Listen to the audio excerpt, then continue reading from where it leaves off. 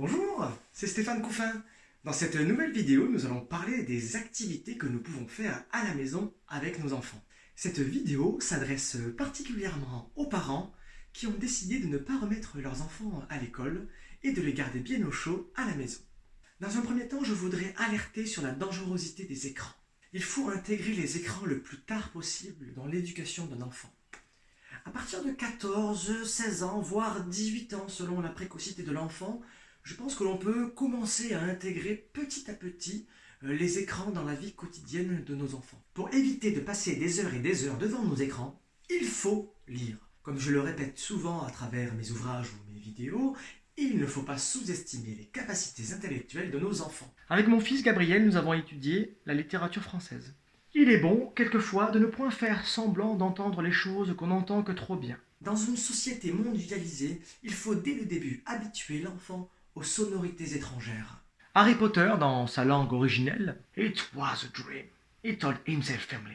I dream. A giant called Hagrid came to tell me I was going to a school for wizards. Attention, certaines langues ne sont pas forcément adaptées à la sieste.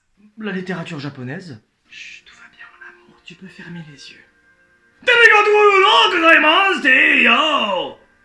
Chut, mon amour. Il y a aussi les jeux de société qu'on peut pratiquer à partir d'un an et demi, 2 ans. Alors, Gabriel, regarde bien, je vais utiliser le R de ton mot viens G pour mettre le mien. Voilà, je mets oxymore. Mot double. Alors, ce n'est pas parce qu'ils ne sont plus scolarisés que nous devons nous détacher de l'école. Il faut, par exemple, intégrer les mathématiques le plus tôt possible dans leur éducation. 3 plus 9. Grâce à cela, ils ne développeront pas d'aversion pour cette matière. Ils y prendront même du plaisir. Gabriel, tu vas me calculer tout ça. Et tu fais bien attention aux identités remarquables. Hein, mon chéri? Les enfants passent beaucoup de temps à la maison. Il faut absolument les familiariser avec les tâches ménagères. Oh non, j'ai pas fait la vaisselle, mince.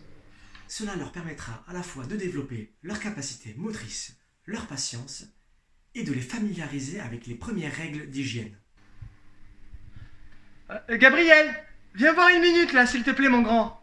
Oui, j'ai une super activité pour toi. La couture est une activité formidable pour développer leur concentration. Avec mon fils Gabriel qui a 3 ans, nous avons fait la semaine dernière un atelier tricot où nous avons confectionné ce gilet. Bon, c'est pas parfait, mais c'est un bon début.